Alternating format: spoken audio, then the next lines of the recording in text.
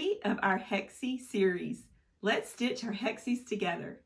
Before we get started, I wanted to mention to you that whenever you measure a hexagon, if you want to know how big this hexagon is, it's the measurement on the side that determines the size of the hexagon.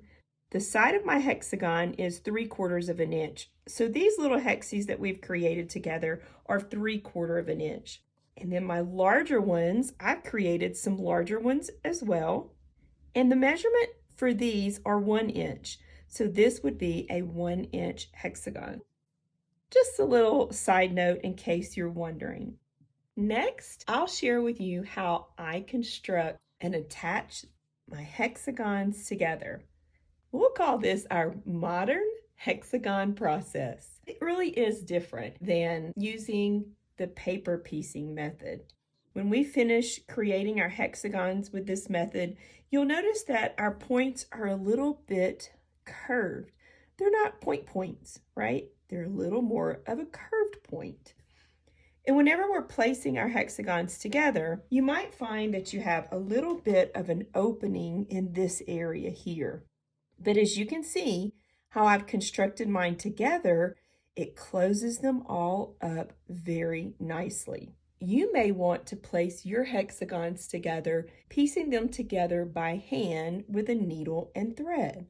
And there's lots of different tutorials that you can search and see how to sew together hexagons. And I would recommend you search for some of those tutorials and take a look at how they hand sew their hexies together. We will be using our sewing machine and our zigzag stitch to construct our hexagons in this way. I'm using a sewing thread that is a little bit lighter weight than standard sewing thread, more of a piecing thread, a 50 weight thread. And that way, once we start sewing these all together, you'll have less concentration of thread, because typically you may not want to see the stitches on the top of your hexagons. But in my method, we will see the stitching because we're using that zigzag stitch. Feel free to experiment with different types of piecing methods if you would like to. I'm going to share with you my favorite way of placing together my modern pieced hexagons. Now, I think it's really important to keep your point turner, to keep your iron, and a little bit of starch at hand. You'll be needing that. That's going to help us be more accurate as we go. What I typically do is I give it a little extra check on those corners and just make sure that I've really manipulated those points to where they're as accurate as I can accomplish. And you don't want to have any of those little curved points kind of any of your fabric tucked in. So just to understand that it's really important that when you flip these and you've manipulated your points, that you've manipulated them as accurate as possible. What do you think? Do you like the way those look? Let me know down in the comments. But keep in mind, this is our modern hexagon process. Let's head over to the sewing machine, select our stitch and our stitch width. We'll need to go into the sewing side of our machine and select our zigzag stitch. You'll notice on my screen I have a variety of stitches to choose from. I'll select the zigzag stitch that gives me the reinforcement stitch up at the top to where it'll go forward and backwards. Mine has the option to tack stitch in one spot, but I really like for this process to use the zigzag stitch that does the reinforcement stitch forward and backwards. That's stitch number 109 on my machine. Now that I've selected the zigzag stitch that I prefer, I want to make an adjustment on the width of the stitch. Now keep in mind, I have tested. I like to adjust my stitch width to 3.0. Now if you have a machine like mine, you may want to activate your projector, because the projector will allow you to project down your stitches and you can center them over the edges of your hexagon where we'll place them together side by side. And you can do that by selecting this icon.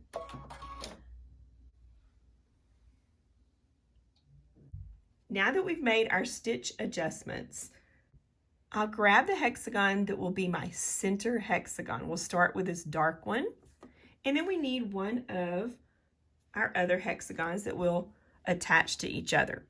What we'll be doing is allowing them to rest side by side. We'll start zigzagging up at the top. I like to stitch a reinforcement stitch, so you'll see me do that in just a moment.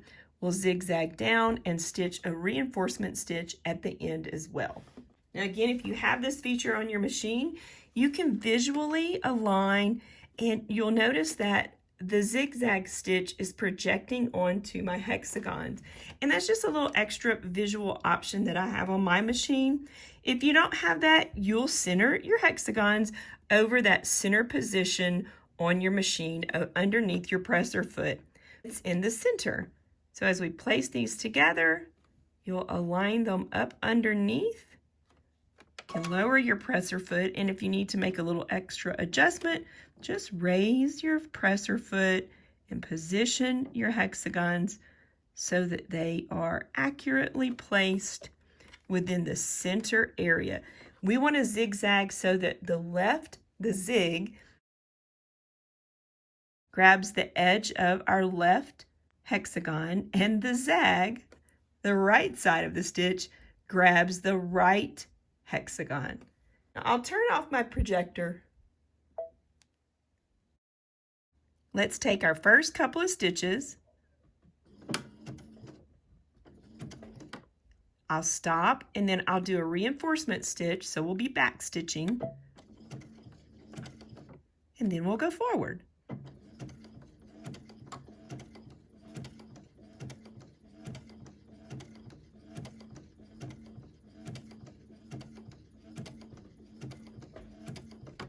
Now that I've stitched right at the edge with my zigzag stitch, I'll back stitch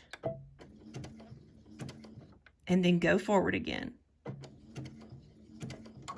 That's going to give us that extra reinforcement when we're starting and stopping. I think that's important. Let's cut our thread.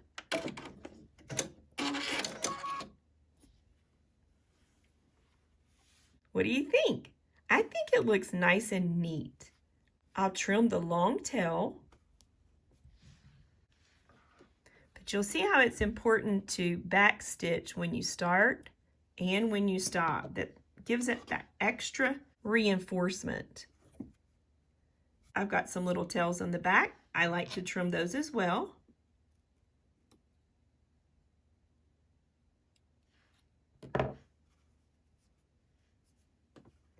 Now that we've attached two together, let's grab another hexagon to place right here.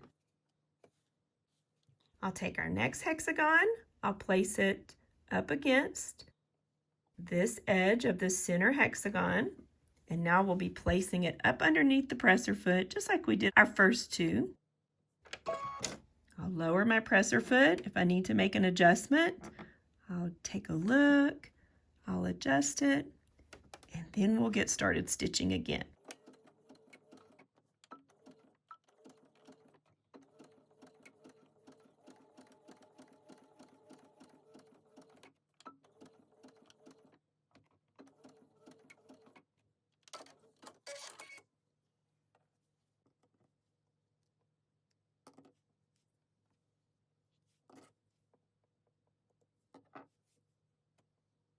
Next, I want to show you how to attach these edges together. And I always just check and make sure that my thread is back behind that presser foot. So we'll start up in this top area. That way it'll pull these edges together.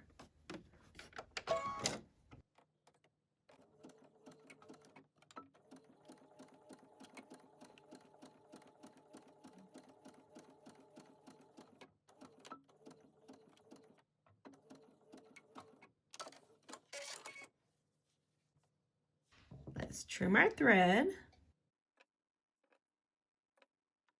and continue adding our hexagons all the way around.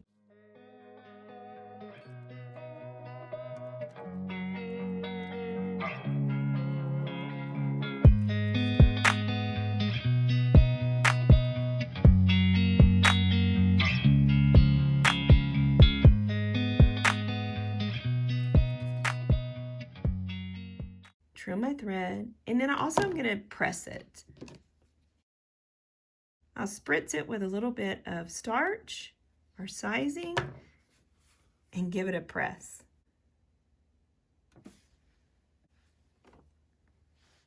You can press as you go, or you can wait till you finish all of your hexagons and press them together, whichever is your favorite method. I like just pressing as I go because it really gives me the opportunity to get an up-close little look.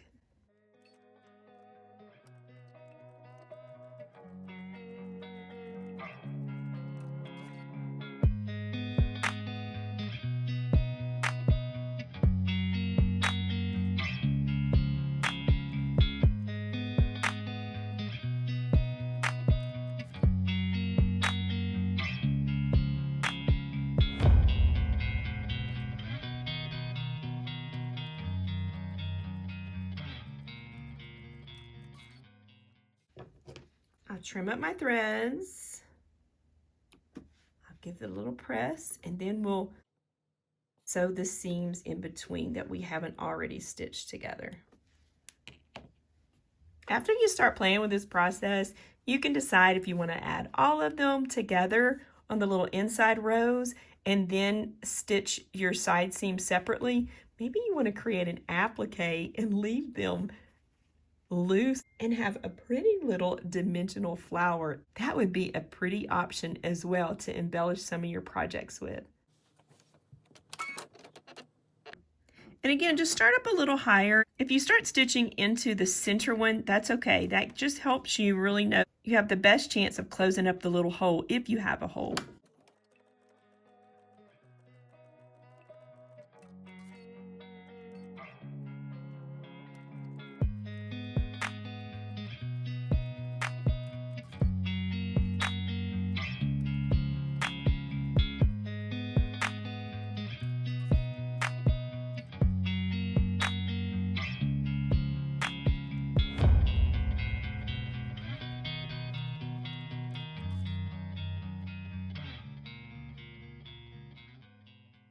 We've stitched our first modern hexagon flower together. Let's give it a press.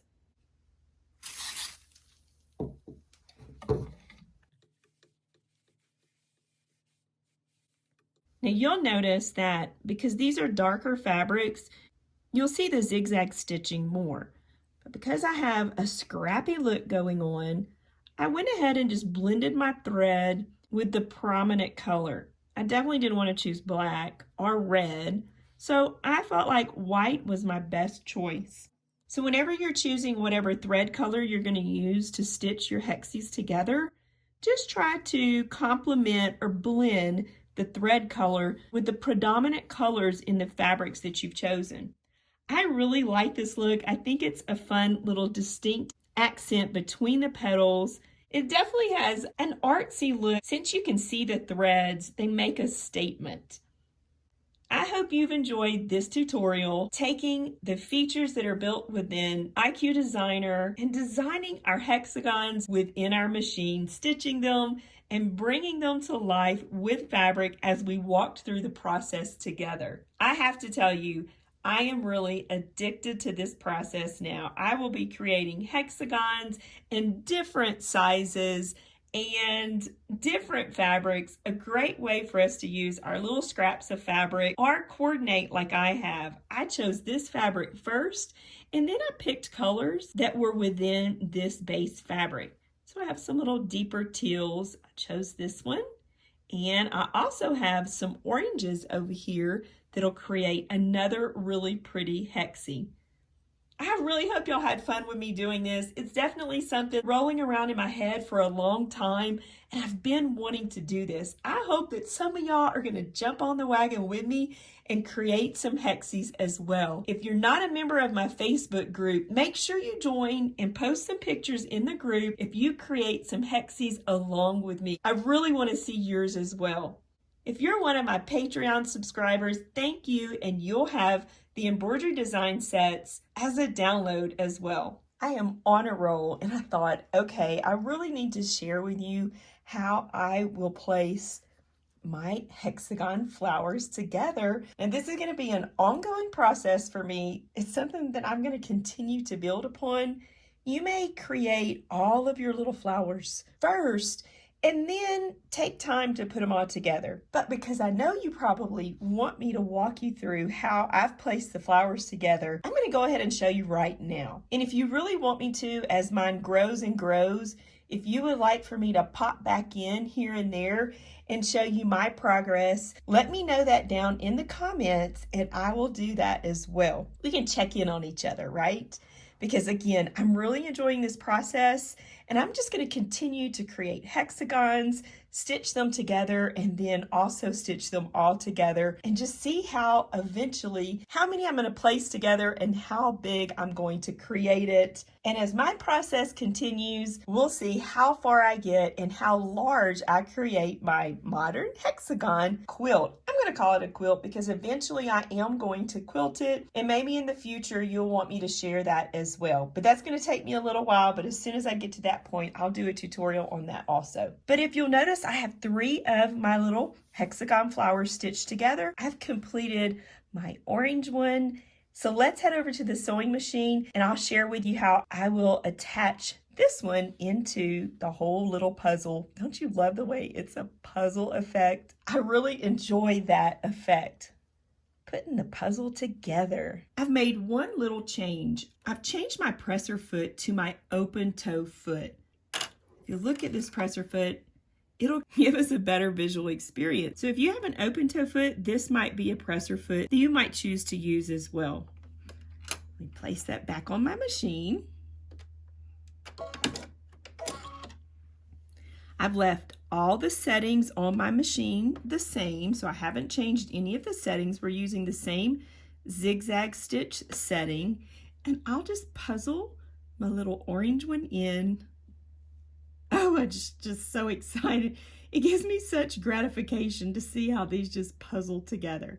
All right, so we'll slip them together like that. We're going to start up in this area, and then we're going to stitch down to the corner.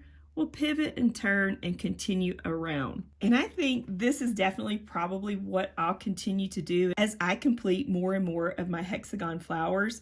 Just slip them together. If you want to follow some distinct pattern concept, again, you can create all your little flowers at one time, lay them out, plan it out, and then know exactly where you're going to stitch them. I think I'm just going to have fun with it and stitch them together as I go. This is a really relaxing project for me. It's something that I can just do on a whim when I have a few of them created. And I love the fact that I'm accomplishing something. So I get so antsy and excited. I won't be able to wait to create all of them at one time before I start putting them together. All right, so we'll just lower our presser foot. We'll start up at the top just like we did before when we were placing our flowers together. I'll line it up nice and neat at the top, making sure that we're centered over both of the flowers where they come together. I'm going to back stitch. And then again, I'll go forward. Okay, I've stopped right there in the intersection of these 2 hexagons with my needle down. So I'll raise my presser foot, I'll pivot, and now I'll line it up so I'll stitch these 2 hexagons together. Now I don't find it's necessary at this point to back stitch because we didn't cut our threads. So you'll notice as I continue forward through this process, I won't back stitch until I get to the end here whenever I finish these 2 little flowers together.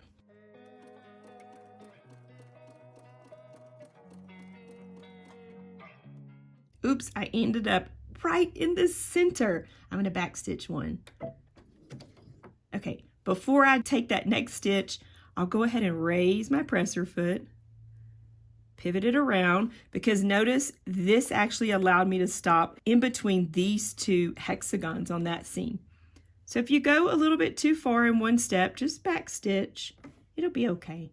Now let's continue and do the seam together.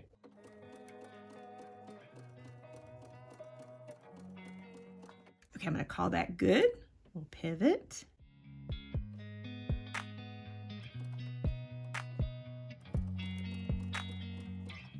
So you'll notice even though some of them feel like they're not going to come together, as you stitch around, it really does bring them together and it looks nice and neat.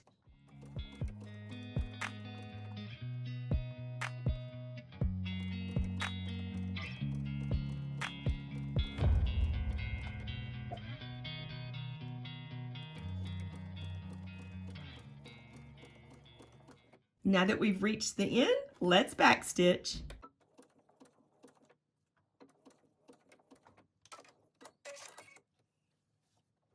What do you think? That was really very easy. And again, it really brings them together nicely. I'm really pleased with this process. I'm excited about it. It's something that's really giving me that creative therapy experience. So this is a win-win in my book. And I'll just continue on until I create more and more. And again, see how large my modern hexagon quilt will grow. I hope you enjoyed our 3-part series, creating hexies together, really easy, using that technology where I started off within my embroidery machine using the IQ Designer. If you're not a member of my Facebook group and you've created hexies, head on over there and join my Facebook group, post some pictures so I can see your hexies. Don't forget to subscribe. Like this video if you enjoyed it, and also click the bell. That way you'll know whenever I post a new tutorial. I'll see you in the next video.